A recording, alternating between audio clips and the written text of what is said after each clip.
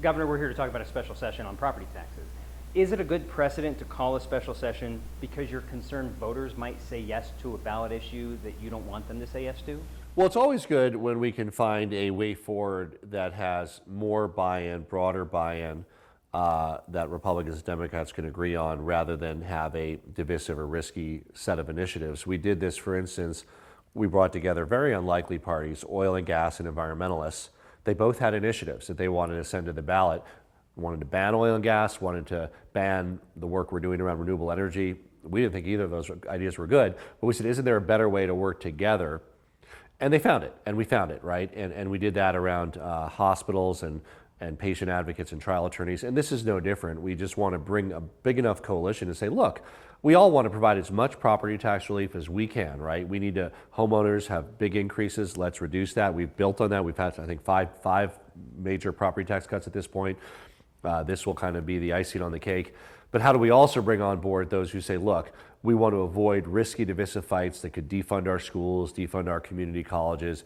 And that's why you saw such a diverse group write into me saying, please, if there's a compromise to be had here, do it. I mean, the school districts wrote in, the counties, really everybody wrote in, members of the business community saying, please, if there's a way to find a compromise here that we can live with, let's do it. And I'm optimistic that they can do that. You thought you did that during the legislative session. You thought you had a compromise. So if not for these ballot issues, we wouldn't be talking about this, right? It came very close during the legislative session, right? So, you know, we can, whatever the reason was, the I's weren't dotted, the T's weren't crossed. The ballot initiatives were not withdrawn, nor did we think they were as part of that deal. You covered that. We had a deal between Republicans and Democrats. That's always a good thing. But in our state, remember, there's a citizen initiative process. And so you need Republicans, Democrats, and then you need the representatives of that citizen initiative process, because hundreds of thousands of people signed a piece of paper saying we want more property tax cuts. And so, okay, I get that. Let's find a way to do it. And so that's why we're coming together now.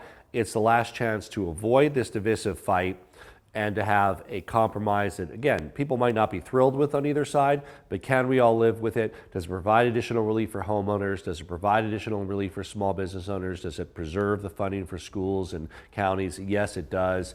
Let's see if we can move forward. So about the hundreds of thousands of people who signed petitions, those people wanted the option to say yes or no to something. What message are you sending by saying we're going to do this workaround to make that go away and not give you that option? You know, our job in governance of the state is bringing people together where we can. And again, the hardest one to bring together was oil and gas and environmentalists, because these were really competing initiatives. I mean, this was, you know, they both wanted to basically ban the other side, right? I mean, oil and gas wanted to ban the clean energy work we're doing around replacing natural gas with electricity.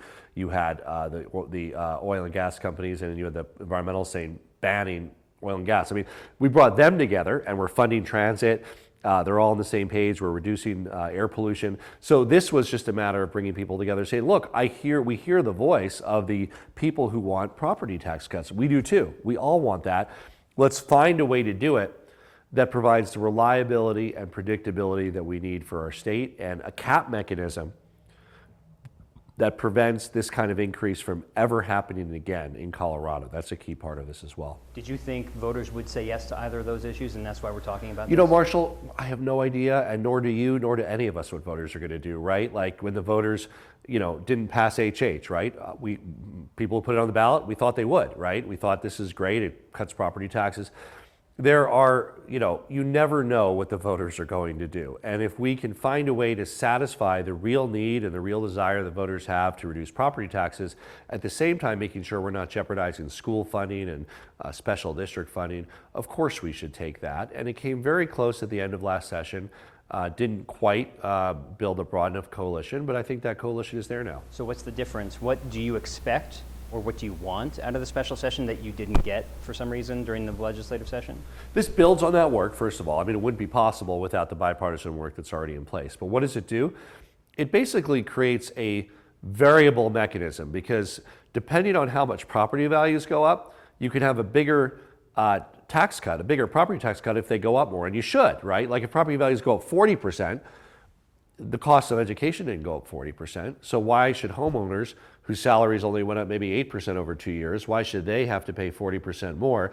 But if property values only go up like 3%, it's not the same math. So this creates a better way of doing that. It refines that cap mechanism. It also includes entities that, like, for instance, for whatever reason, and this is something that I didn't agree with, but in the last property tax, we left Excel and Black Hill out of it. When they pass their property taxes on to you and me, they have to by law. They just charge it to ratepayers. This will save every Excel customer $100 over the next 5 years on average with this, from the property tax savings from the biggest single property tax paying entity in our state, which is Excel. That's just an example of what's in this. Avoiding risky ballot initiatives that would defund our schools, defund our fire districts, and that's important. You piqued my interest with Excel. That's just because the commercial property percentage would drop more than it currently is? So they're this is more technical. You can use it in your live stream, but you'll have to. They're a state assessed entity, and they're a special category along with a few other things. They didn't get the any of the rate cuts in the previous bills. They're in this. Not that they care because they don't get the money. But this is then for ratepayers $100 less on utility bills over 5 years, not per year, but that's just a 5-year estimate. It depends on that. But they are the largest entity that pays taxes in our state, and under the PUC, they simply pass those along, whatever they pay to ratepayers in taxes. They don't make money, they don't lose money. I just have a few more. If you have a solution now in the special session that could have existed in the legislative session, was that a failure of leadership to not get it? It could have. Yeah, it could have. I hoped it would. I mean, it was close, right? Both sides came very close, and I think we all came very close to reaching an agreement. I don't think it's a matter of playing the blame game. It's really a matter of saying, I'm just glad that, while there weren't discussions for a while and both sides went to their corners, that people came back together and hopefully worked it out in a meaningful way, a compromise that everybody can live with, that de-risks the state, provides additional property tax cuts. That's a good thing. Do I wish it happened earlier? Of course. Am I glad that it seems to be happening now? Yes. I mean, this is a good thing for the state of Colorado, bringing people together to find a solution that works. After the failure of Prop HH, you did a news conference and you did a fake break glass in case of emergency. This is a private interview and then an executive order that's going to get released. Why not the same performance as last year? Well, did you want me to bring out something to do it with?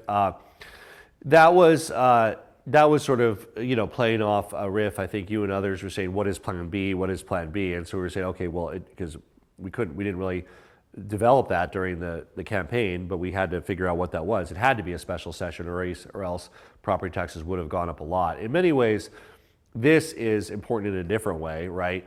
It's not that your property taxes are going to go up a lot if we don't come back. We can reduce them a little bit, that's good. But we can avoid risky and divisive fights that would defund our schools and provide a great existential risk to fire districts and counties. So de-risks the state, provides stability, reduces the rate that people pay for property tax, and refines and improves the cap mechanism going forward. And then I have to ask, calling a special session means everyone comes back into this building, and that includes far-left Democrats who lost their primaries, State Reps Tim Hernandez and Elizabeth Epps. It means State Rep Jennifer Parenti comes back, and she just ended her re-election campaign because she wanted to maintain her integrity.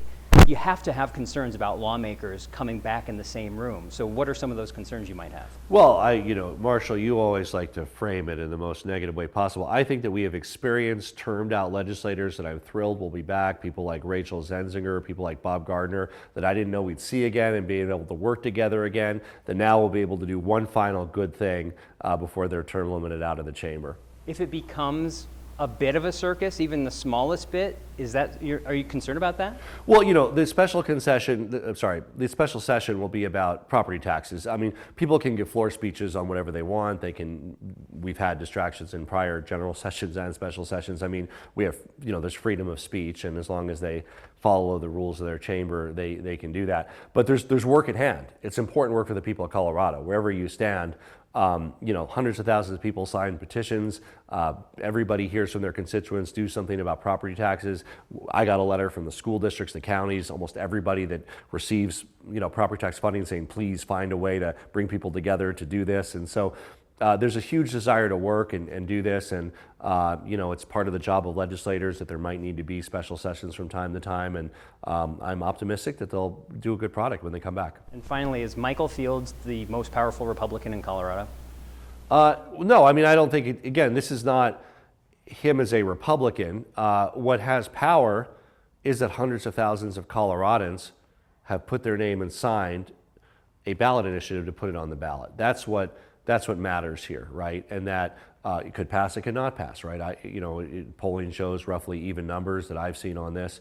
But what matters is there's a better path forward for our state, and that is usually involves building a broader coalition, as long as they're reasonable, which they are. Provide all of the property tax cuts we can afford, make the cap mechanism better to avoid future increases, and preserve funding for our schools, our community colleges, and our counties.